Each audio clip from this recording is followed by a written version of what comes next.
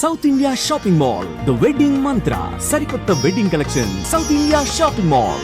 Genuine గా ఉంటారు అంటే నాకు ఇప్పుడు అనిపించింది నిజంగానే మరొక మంచిది అన్నట్టు. ఇట్లా వాష్ చేస్తే ఎంత జెన్యూన్ వస్తుందో అలా అంత genuine person. Thank you. Okay, tea లేకపోయిన కప్ లో టీ ఉన్నట్టు తాగుతున్నారు చూడండి, అది గొప్ప. వీళ్ళు అసలు విషయం చెప్పనా, ఇదిగో ఈ యాక్టింగ్ ఇవన్నీ నాకు రాదు యాక్చువల్. ఇదిగో మీరు టీ ఇచ్చారు, ఓకేనా, మరి కెమెరా స్టార్ట్ చేస్తా అన్నారు, మీరు స్టార్ట్ చేసేలో ఆ టీ అయిపోయింది, నేనేం చేయను చెప్పు ఇప్పుడు.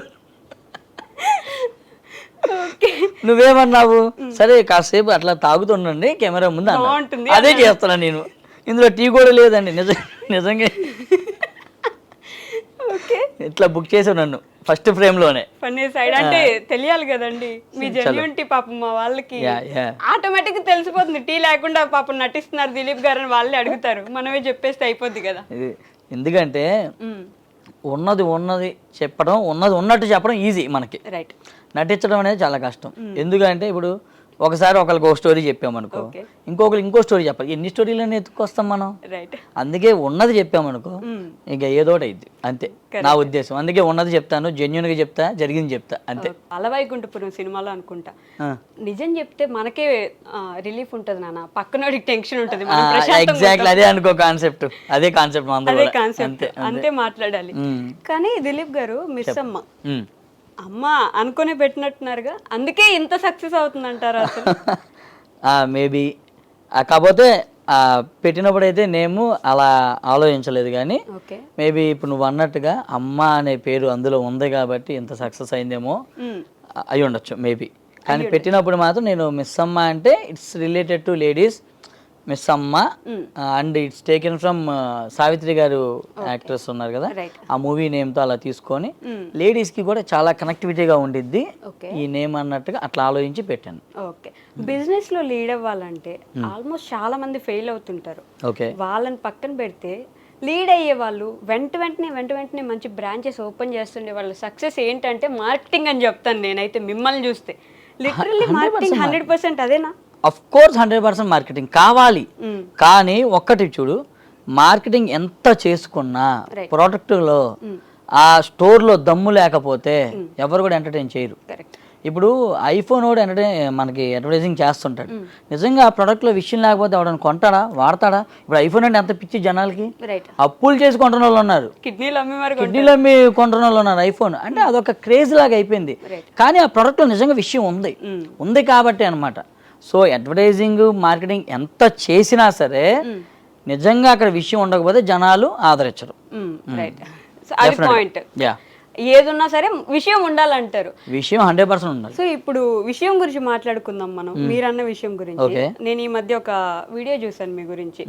నేను వెళ్ళాను, చీరలు కొన్నాను, కొనేటప్పుడు కూడా అక్కడ విపరీతమైన జనం ఉన్నారు, అసలు ఎవరు పట్టించుకోరు.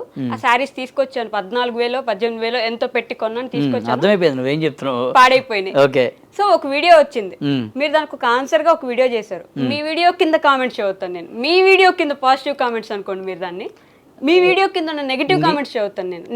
నిన్న నైట్ మీరు రిలీజ్ చేసిన ఒక వీడియో. ఓహో, అది చూసేసావా? చూసేసాను నైట్ నేను ఫుల్ గా. ఓకే, చలో. ఆ వీడియో చూసాను కాబట్టి ఆ వీడియో కింద ఉండే కామెంట్స్ కొన్ని చూద్దాం, ఆ తర్వాత పక్కన వాళ్ళ వీడియో కింద ఉన్న కామెంట్స్ కొన్ని చూద్దాం.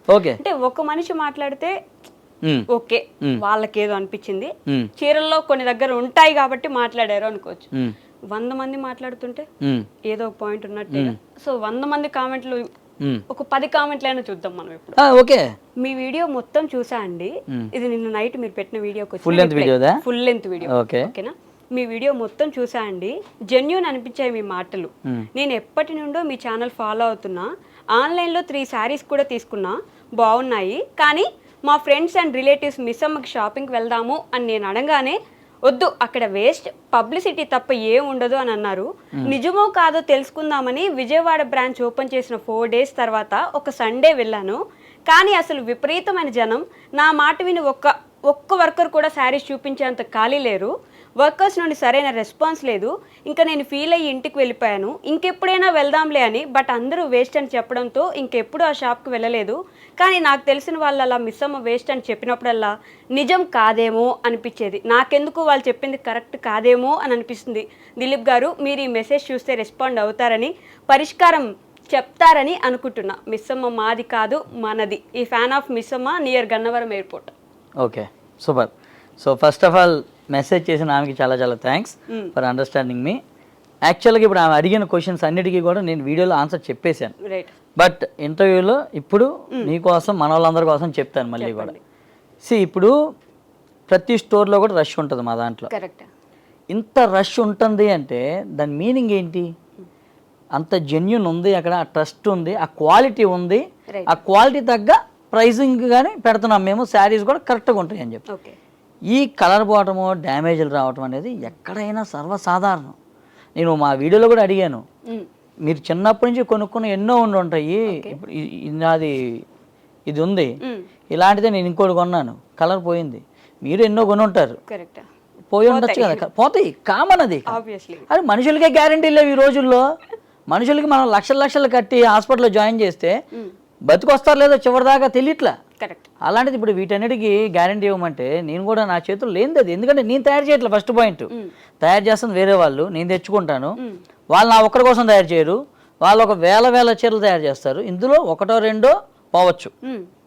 ఆ పోయేది ఎవడి తగిలిద్దో తెలియదు, లాటరీ. అది ఒకసారి నాకు జరగచ్చు, ఇంకొకరు జరగచ్చు, అసలు జరగకపోవచ్చు. జరిగినప్పుడు ఇది మిస్సమ్మలో మాత్రమే జరిగిద్ది అనేది కరెక్ట్ కాదు. ఇంకొకటి ఆన్సర్ చెప్తాను. స్టోర్కి వెళ్తే రష్ ఉంది, మమ్మల్ని పట్టించుకోలేదు అంటే, ఇప్పుడు ఫర్ ఎగ్జాంపుల్ ఇప్పుడు నువ్వు ఉన్నావు, నేను ఉన్నాను, నా పక్కన ఇంకో నలుగురు వచ్చారు, నువ్వు ఎవరన్నా నలుగురిని ఇంటర్వ్యూ చేయగలవా ఒకేసారి? చేయగలవా? చేయలేవుగా. సో ఇక్కడ కూడా అదే, ఒక ఎస్ఎం, ఒక ఎగ్జిక్యూటివ్, సేల్స్ ఎగ్జిక్యూటివ్ ఉన్నప్పుడు వాళ్ళు ఒకళ్ళనే హ్యాండిల్ చేయగలరు కదా.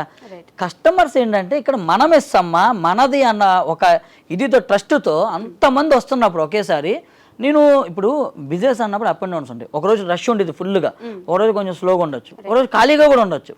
అలాగని చెప్పి నేను సేల్స్ ఎగ్జిక్యూటివ్స్ని మొత్తం ఒక 100 మందిని స్టోర్లో పెట్టలేను.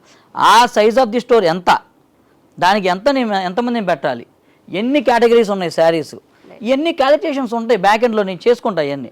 సో ఈ స్టోర్కి 50 మంది కావాలరా సేల్స్ ఎగ్జిక్యూటివ్స్, లేదంటే ఒక 60 మంది కావాలి, సరిపోతారు, ఎనఫ్ అది.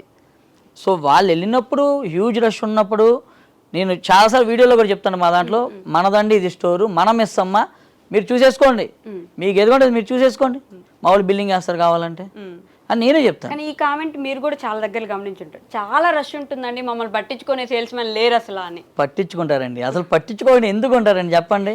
లేదంటే ఇంతమంది ఫీడ్బ్యాక్ కాదు, ఇంతమంది ఫీడ్బ్యాక్స్ ఎలా ఇస్తారు, మా గూగుల్ రేటింగ్స్ ఎలా ఇస్తారు, నిజంగా అవన్నీ ఇప్పుడు అసలు పట్టించుకోరు అనేది కరెక్ట్ కాదు. ఎందుకంటే వాళ్ళు ఏమన్నా ఖాళీ కూర్చొని నేను ఊరుకుంటానా? మా దాంట్లో 10 మంది ఓన్లీ కెమెరాస్ చూసేవాళ్ళు ఉంటారు, ఓన్లీ కెమెరాస్. మా అన్ని బ్రాంచీలని చూసేవాళ్ళు, మానిటరింగ్ ఓన్లీ 10 మంది బ్యాక్ ఎండ్లో ఉన్నారు. వాళ్ళ పనుల్లో కూర్చొని కస్టమర్ వచ్చారు ఎలా హ్యాండిల్ చేస్తున్నారు, ఏంటి రష్ ఎలా ఉంది, ఎగ్జిక్యూటివ్స్ ఏం చేస్తున్నారు, కరెక్ట్గా ప్రాపర్గా రిసీవ్ చేసుకుంటున్నారా లేదా, కావాల్సిన చూపిస్తున్నారా లేదా, ఇలాగ అన్నీ కూడా క్యాలిక్యులేషన్స్ ఉంటాయి.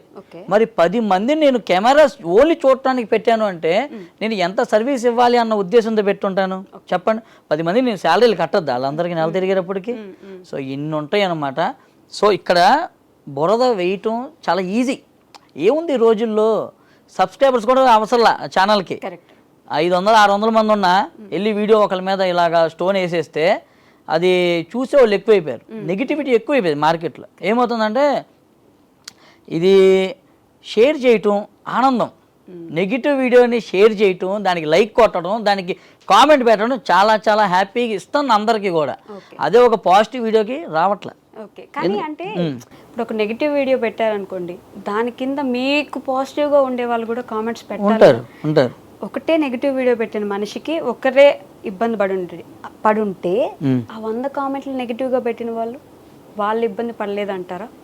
అదే నేను అడిగేది. నిజంగా వాళ్ళు ఇబ్బంది పడితే మా దగ్గరికి రావాలి కదా, అక్కడ పెట్టడం ఎందుకు?